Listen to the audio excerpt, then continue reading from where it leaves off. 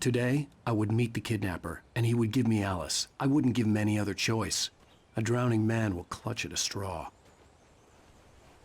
Little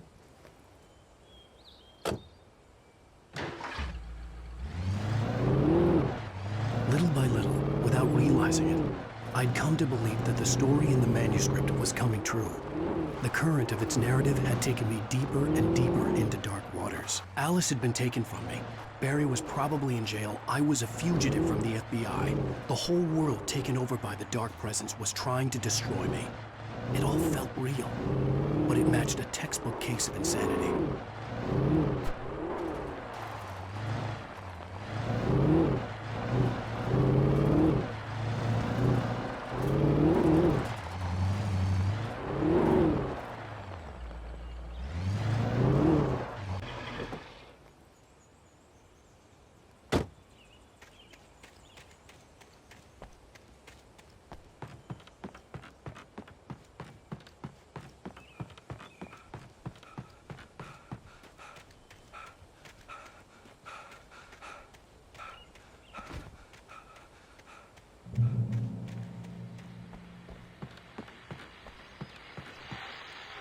This is Pat Main, and you're listening to KBF-FM. Folks, I want to apologize for kind of abandoning you to that looping music track last night, but I was detained.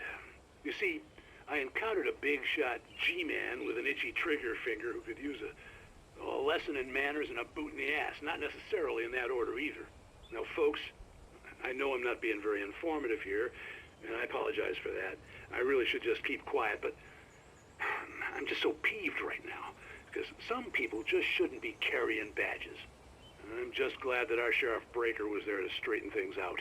And if someone I met last night is listening, let me just say, I'm sorry if my mouth got you in trouble. I'm pretty sure you're not the bad guy here. Godspeed, son. I hope you know what you're doing. Now, on a lighter note, I'll be talking to Dr. Nelson all morning. But first, a little music.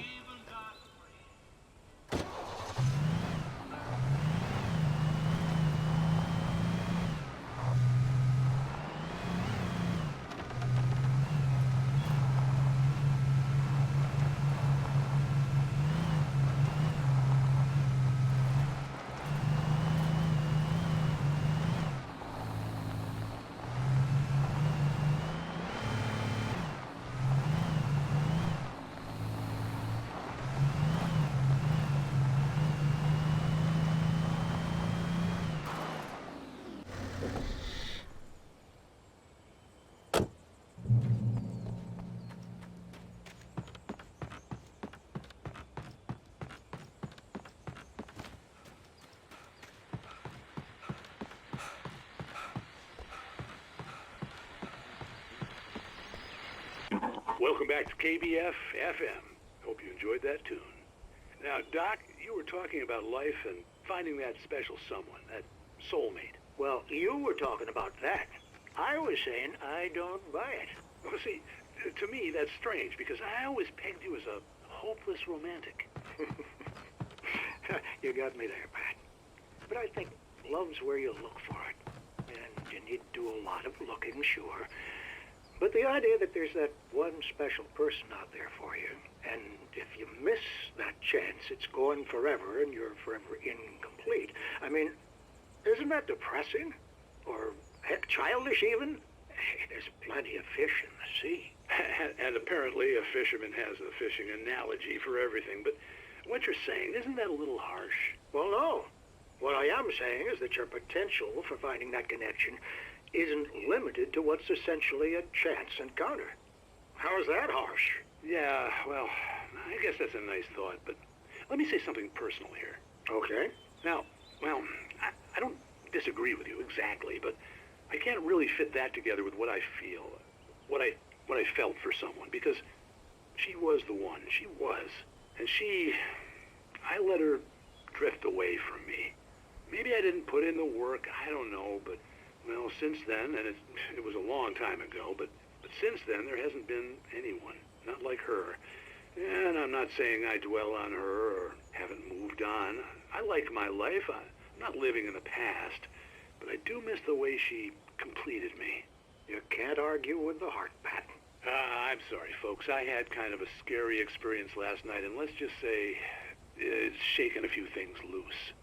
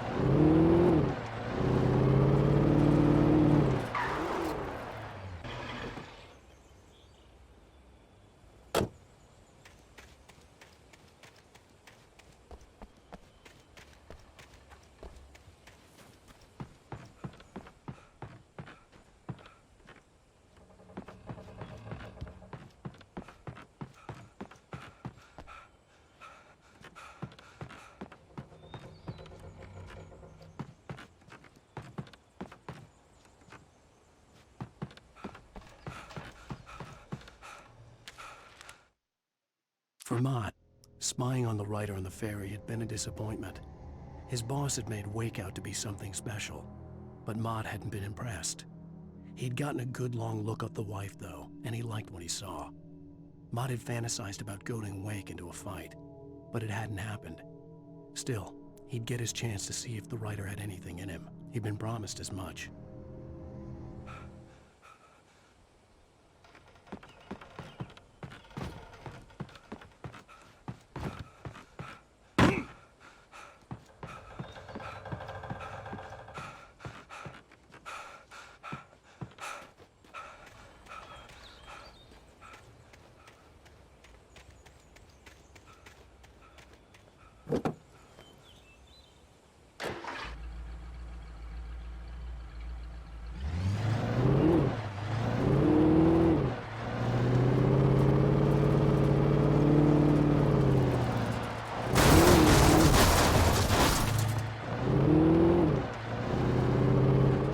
I was early.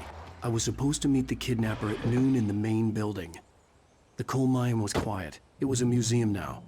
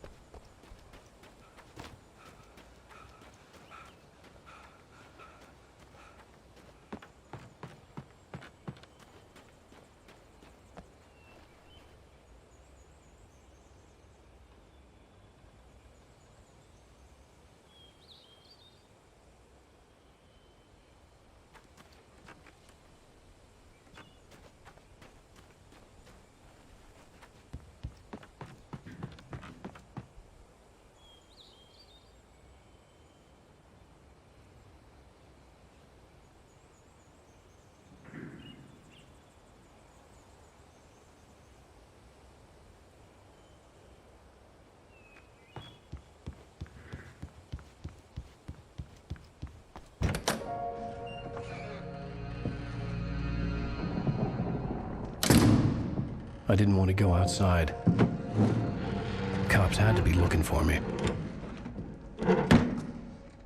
The noon sun turned the place into a sauna. The day dragged on. Different scenarios ran through my mind. Ways of how I'd torture the kidnapper to get Alice back. Or the different horrible things he could have done to her. I imagined her dead. I had no way of knowing she was still alive. It was killing me. I was running on blind hope. It was all a waste of time. The bastard never showed up.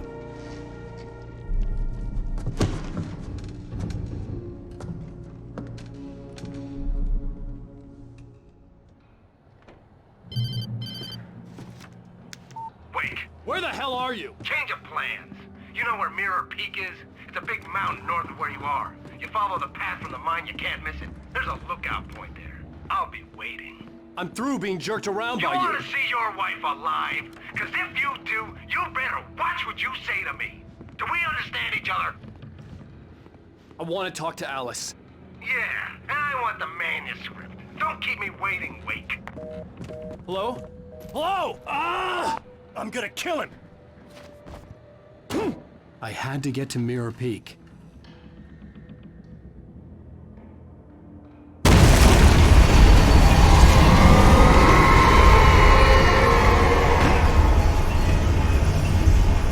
It was close. Maybe closer than ever before.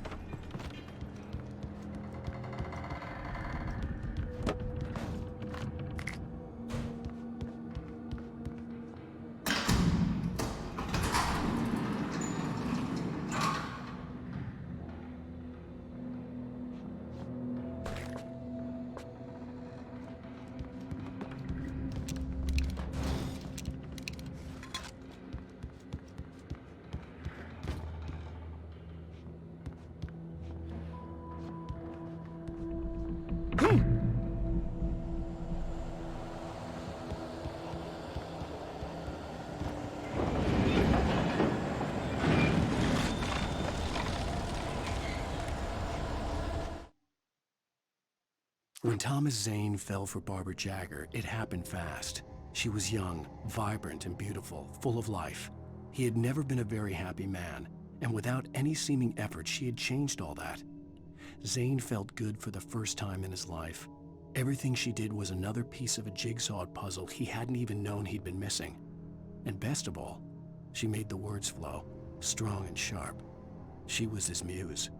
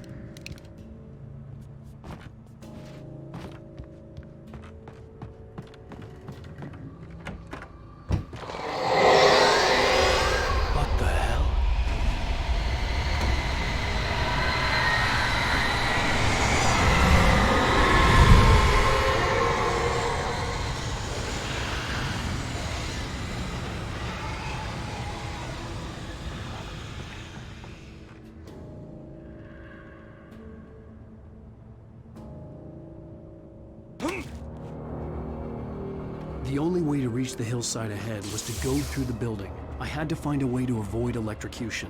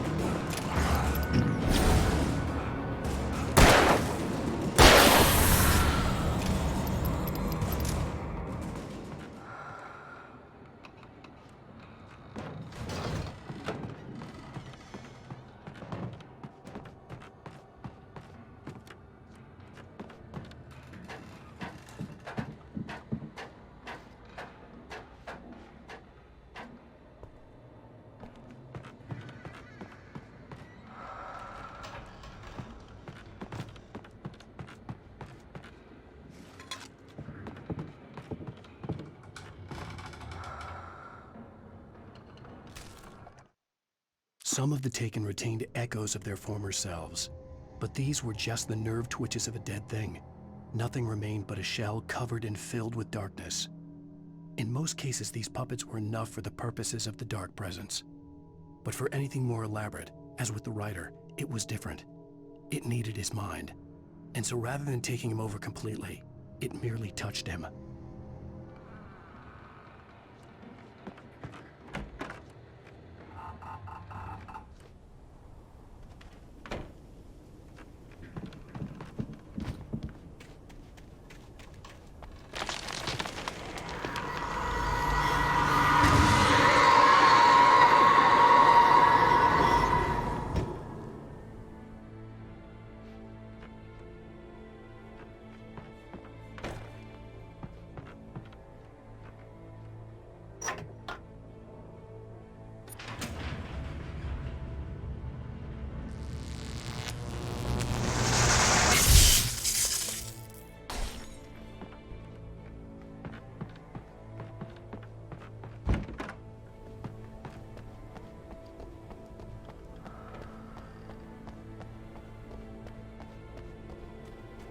There was no way the flashbang grenades were standard power company equipment.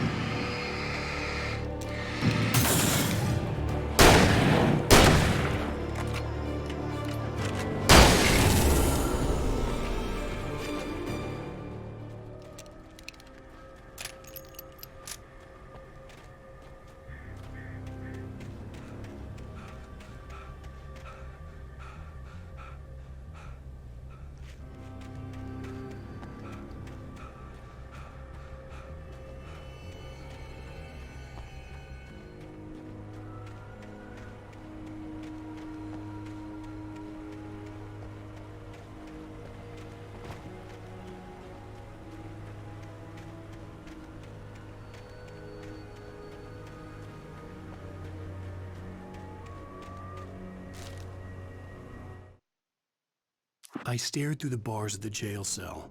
Barry stood behind me, swaying on his feet, looking as ill as I felt. Agent Nightingale stood on the other side of the bars with Sheriff Breaker. Nightingale had a stack of manuscript pages in his hand. He seemed unhinged as he gloated. "Well, I've got you now, Raymond Chandler. It's all here. All the evidence, including conspiracy to murder a federal agent."